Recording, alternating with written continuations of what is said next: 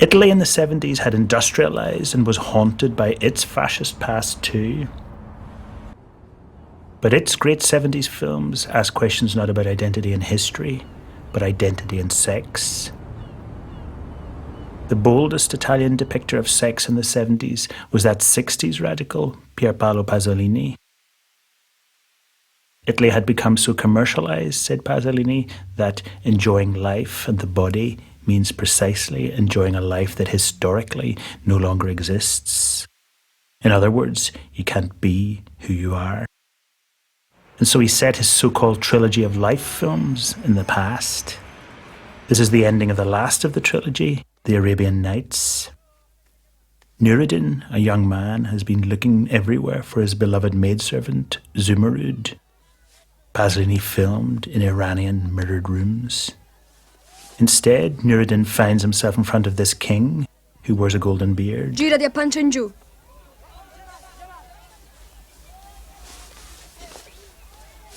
Tirati giù I pantaloni adesso. The young man reluctantly submits to sex with the king, not realizing that the king is Zumurrud in disguise. Zumurrud can't contain her giggles.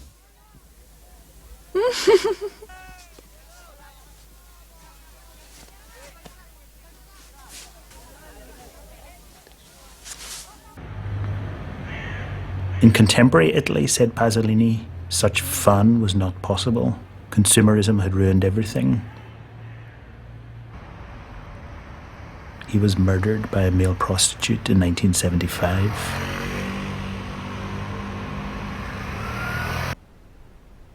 Bernardo Bertolucci, who started as Pasolini's assistant, became the greatest European filmmaker of his time. In 1970, he made this film. The camera tracks right to reveal a piazza and a man standing in it. Then he walks and we see a statue, his father, an anti-fascist hero in the village.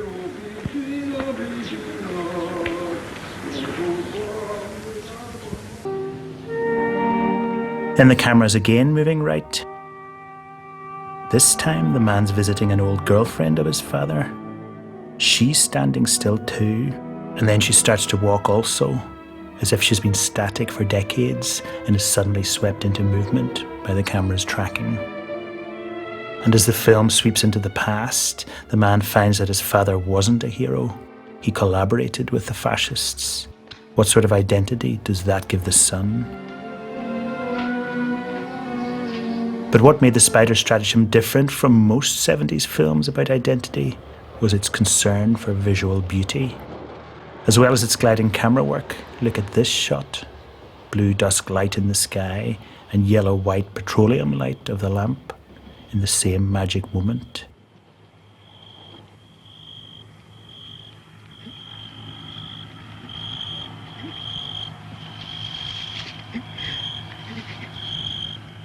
Bertolucci and his cinematographer, Vittorio Storaro, loved the haunting dusk lighting in the surreal paintings of René Magritte and tried to capture it.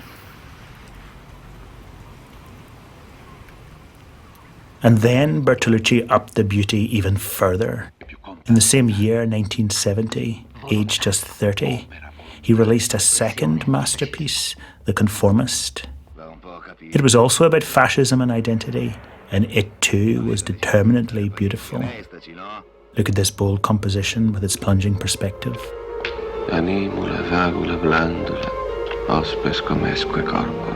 Look at this shot. The camera sweeps and the leaves do too, as if they're both blown by the same wind, like a Gene Kelly musical.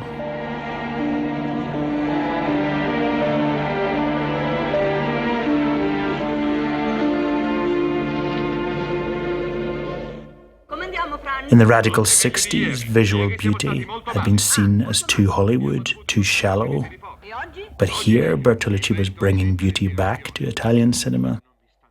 That most hardcore 60s director, Jean-Luc Godard, saw The Conformist's beauty as a betrayal of radicalism. He met Bertolucci at a cafe. I was waiting for Godard, and finally Jean-Luc appears next to me with his dark sunglasses. He doesn't say anything, but he gives me a note, and then he leaves.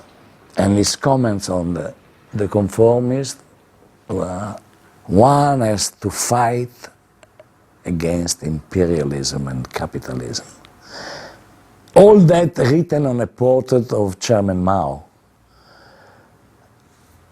I was so upset that I tied up in thousands of pieces that note. And I'm very sorry today. I would like to see it and to look at that again. Godard notwithstanding, The Conformist was one of the most influential movies of the 70s, especially in America.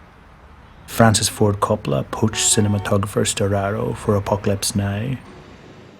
And the beauty of this scene in Taxi Driver derives from The Conformist.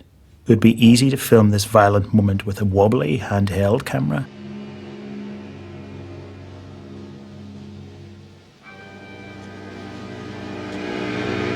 But Martin Scorsese goes high and has the shot glide across the ceiling, an ugly event turned into gorgeous form.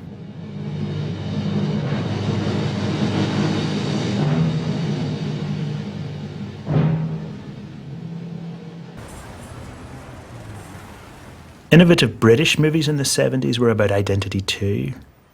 Like Italian films of the time, sexual identity was a key theme, but so was the idea that identity is fragmented. Ken Russell served in the Air Force, then became a ballet dancer, a rare career move. Then became Britain's Federico Fellini.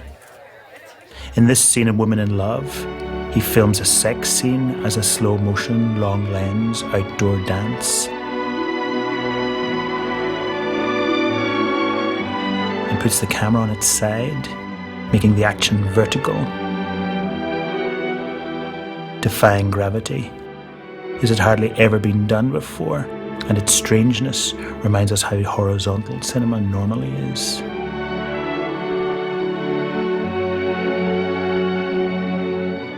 More daring still was this film, Performance, by Nicholas Roeg and Donald Cammell. It's about this London gangster, Chaz. He keeps checking himself in the mirror, his hair, nails, waistline. This scene in Martin Scorsese's Mean Streets, made 3 years later, is about another narcissist getting all dolled up. Again a mirror scene, again clothes are the gangster's uniform.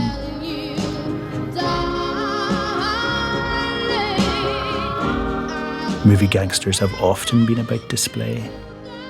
Chaz in Performance comes to this place in London to hide out because he's shot another gangster and the mobsters will be after him. Red.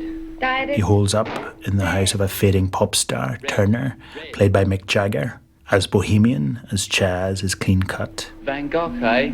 Oh no, this is the normal. The normal? Yeah. I was just having a laugh. And then this happens. Here Chaz is talking to Turner. The camera moves behind Turner's head, then dissolves through it to Chaz, who sounds more echoey now and looks straight at us. Time for a change. It's time for a change. The two men's faces dissolve into each other. Chaz is changing. Personally, casting one's mind back. His identity is merging with Turner's, an idea taken from this strikingly similar scene in one of Ingmar Bergman's greatest films, Persona. Du tycker han är äcklig och du är rädd.